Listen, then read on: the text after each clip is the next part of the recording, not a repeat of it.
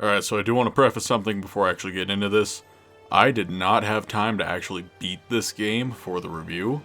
Unlike basically all the other games that I had footage of way in advance. I basically tried recording God of War Ascension up until the time that I couldn't. Just unfortunately with how life is going right now, I just haven't had a whole lot of time to do it. I don't really want to go too deep into it here, but my current full-time job, they cut my hours, so I had to find another full-time job, and I'm going to be starting that here soon. And I'm also working a part-time job, and I have a girlfriend. Yeah, so unfortunately, this video just kind of fell to the wayside. That's not going to happen with God of War 3 and God of Thor. I've had those games fully recorded for a while. But yeah, for God of War Ascension, yes, it's going to be sparse as far as footage is concerned. I'm going to try to tweak the script as I record it.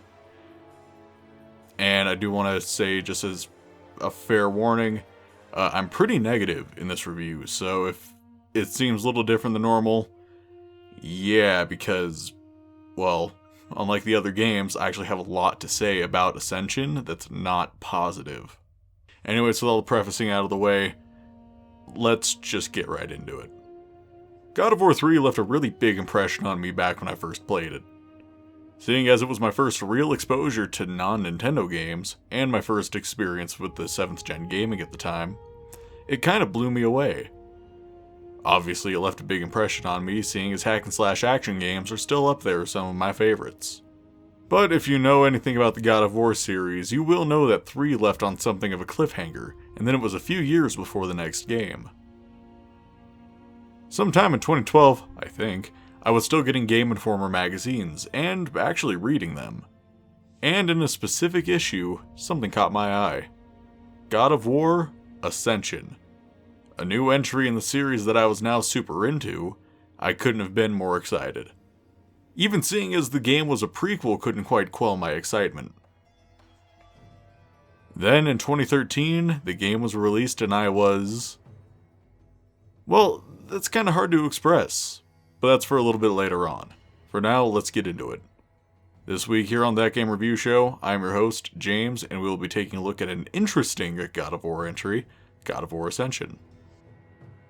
For sake of time and my sanity, I'm going to try my absolute damnedest to make this video at least somewhat concise, so I'm not going to discuss the story for 20 minutes.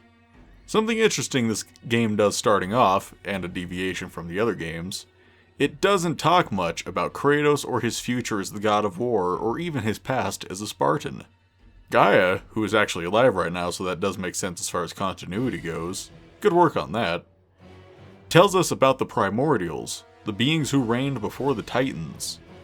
In their massive war, they created everything, like the lands and the oceans, and the Furies, the main antagonists of the game. For some reason, they hate people who break promises, and so when the gods came to power, they basically teamed up to punch those who broke oaths to the gods. It goes into how one of the Hecatoncheires broke an oath to Zeus and was hunted down by the Furies until they finally captured him and tortured him forever. How is any of this relevant? Well, if you remember right, Kratos broke an oath to Ares, so he would be a target for the Furies themselves. The story itself starts with Kratos being chained up and tortured by the Furies, a situation we never thought he would be in, and Kratos looks pretty terrible. But as the one of the Furies begins to lay into him, his neck brace breaks, so he can more easily move around. As the Fury attacks him, Kratos wraps the chain around her bug arms, and can finally rip free the blades of chaos that were secured into the walls. The story jumps back and forth a few times over the course of a few weeks, showing Kratos' journey through Delphi and Delos, and his time in the Hecatoncheires with the Furies. Not quite Pulp Fiction levels of jumping around and interconnectivity, but it did lead for a different narrative style than the other games. Now this does make the upgrade system super confusing out of context, seeing as his blades in the timeline get more and less powerful as the story goes on. That's only if you look at it chronologically though. It's not a big deal overall, just another case of my nitpicking. At the climax of the game, we see Kratos caring for Calliope, then Lysandra tries to get it on with him. But then Kratos remembers, oh wait, I killed them. Then he proceeds to attack Lysandra, who's actually the Fury Queen. Upon killing her and the other Furies, Kratos believes that he is free of the bond to Ares, but upon returning to his real home in Sparta, his ally Orcos tells him that before their deaths, the Furies gave him Kratos' oath to Ares. Orcos helped Kratos quite a bit throughout the game, so Kratos is hesitant to kill him. But after a plea from Orcos, Kratos stabs him with a knife, killing him. And this is one of the only times we see Kratos genuinely sad over a character's death. Because remember, this takes place way before the other games. Kratos himself isn't quite as bloodthirsty yet. Setting the game 6 months after the slaughter of his family does give us at least a slightly different look at Kratos and the world, but they don't really play with that much more than what is on the surface. And that is shown pretty well after the death of Orcos and the breaking of Kratos' bond. Since the oath basically blocked out the true trauma of killing his family, Kratos has a panic attack and burns down his house with the body of Orcos inside. Instead of setting Kratos up to be more open-minded, or I guess more mindful of life before his breakdown, Kratos is basically post-God of War 1 Kratos in this personality. Then he has his breakdown, and we don't really see him much after that. A big issue of making prequels is that it is really easy to fall into the trend of not really adding anything into the world. And unfortunately, that is the case here. Kratos starts and ends the game with being like the Kratos that we know. Honestly, Kratos' plight of the game is something that wasn't even a problem in the other games. It's just a shame.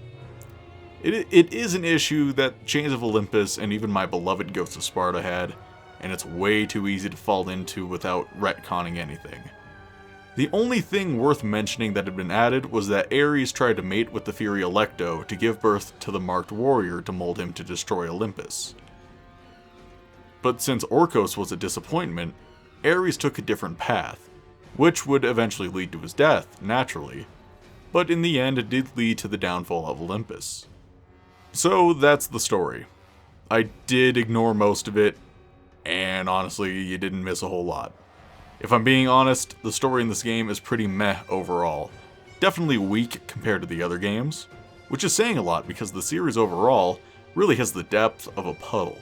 That's not to say I don't like the overall story of the games, I really do, but I can accept that I'm not playing these games for a heart-wrenching story.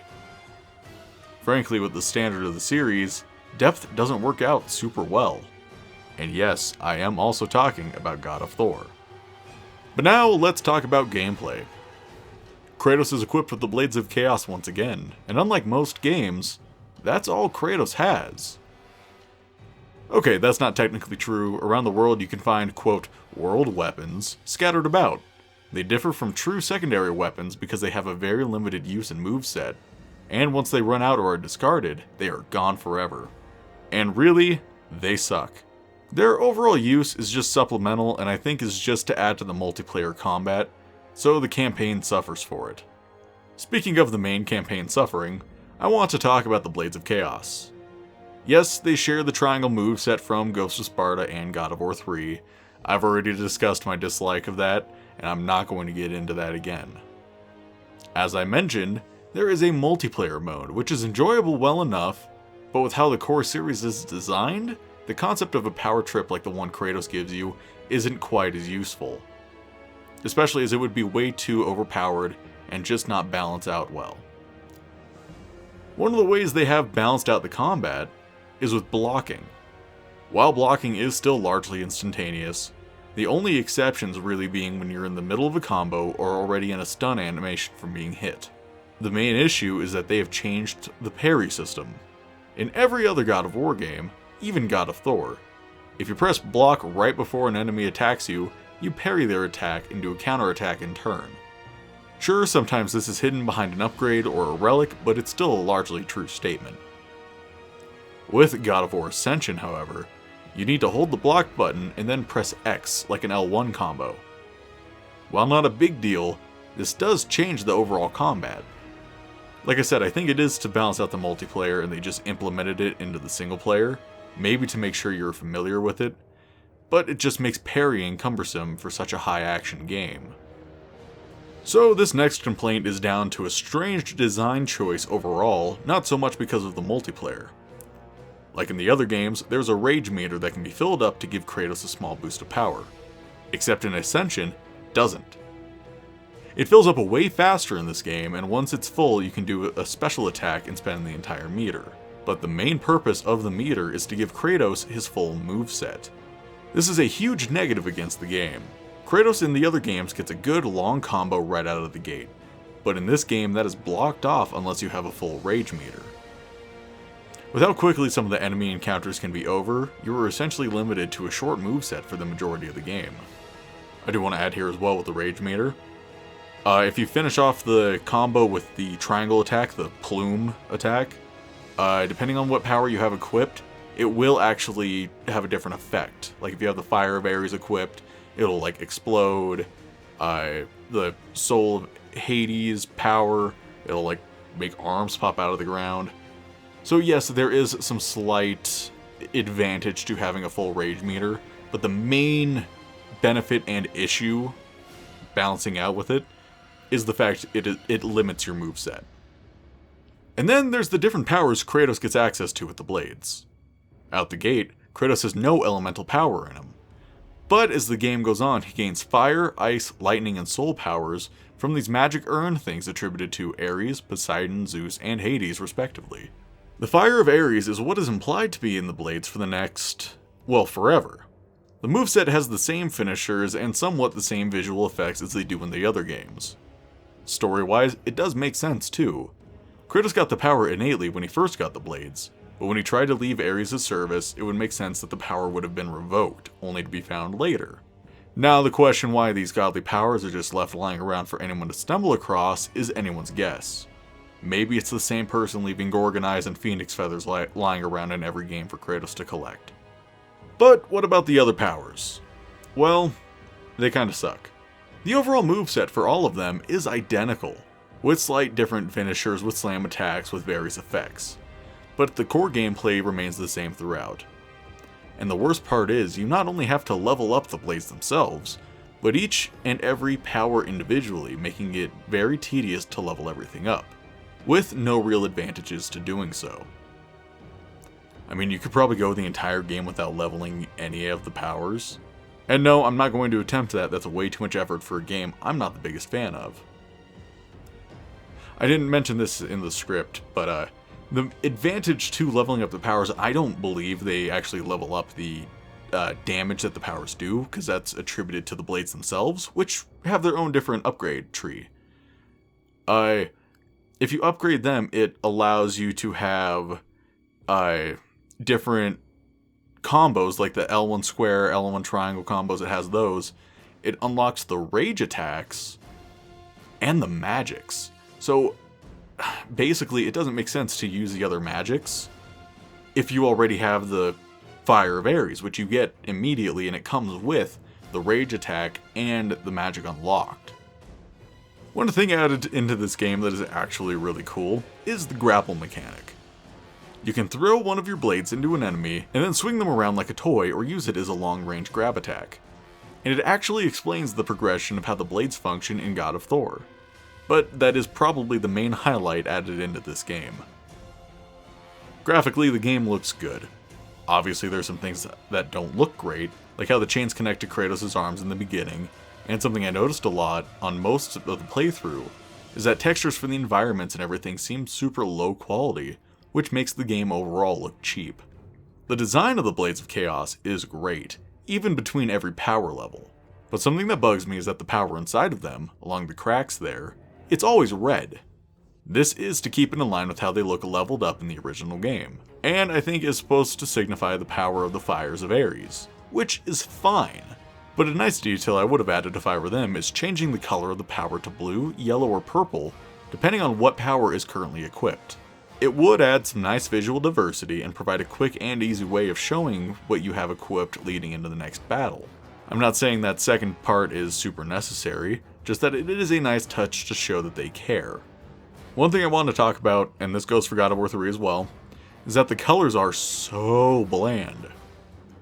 While some of the environments do look pretty good and colorful, certain things like the orbs Kratos collects just look washed out, almost like the lightsaber effect when they were nearly white with a colored outline. And Kratos, while his overall design looks fine, His tattoo is supposed to be a deep red in this game, but it looks nearly black in most of the scenes. It just lends to the game feeling less vibrant and lively. I mean, this was during the period where every game was gray after all. There is some glitchiness in this game. Nothing groundbreaking or anything, but it's really strange to see compared to how relatively glitch-free the other games of the series are. The audio cuts out a lot. I've noticed it happens when the disc is reading, which, okay, sure, that kind of makes sense, but at the same point, it's just reading the disc. The audio shouldn't stutter that bad, considering, I mean, it's been a while since I played God of War 3 on the PS3, but pretty sure it didn't have that problem.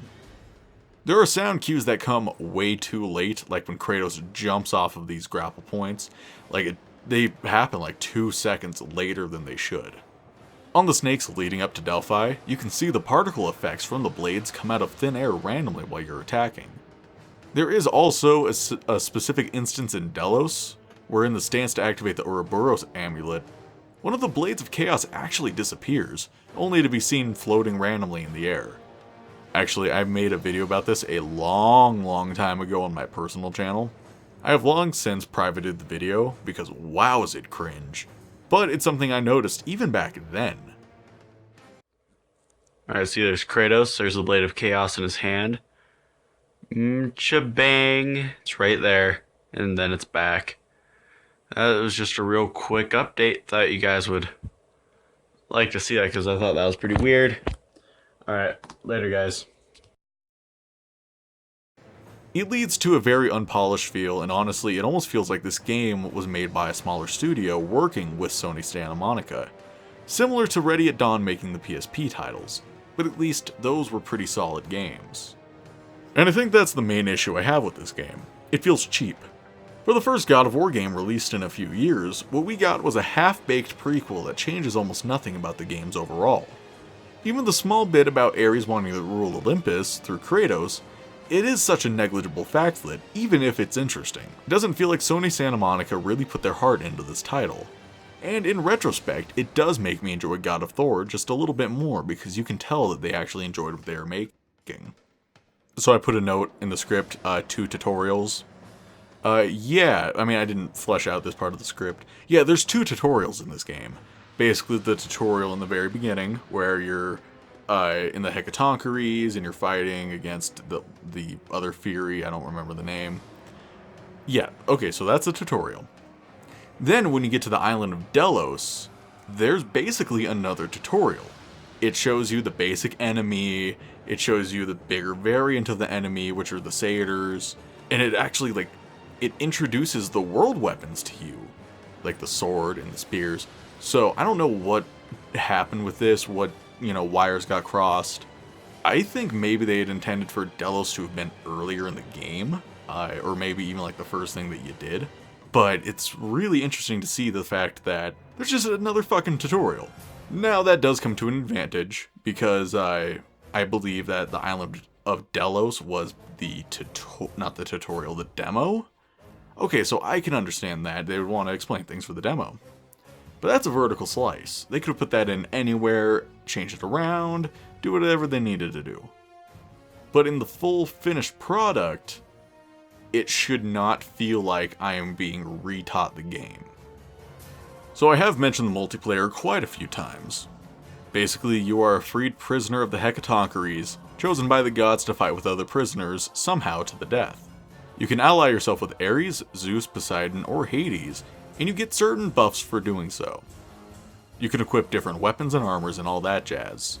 It's pretty okay for a multiplayer experience, but it did feel really lacking in retrospect. I played it a lot back in the day when the game first came out, but once I got my internet back, I basically had no desire to play anymore. I am really going off script a lot in this video. I did play the multiplayer for, I think, a round, just to kind of get the feel of everything again. It is fun. It's actually a lot of fun.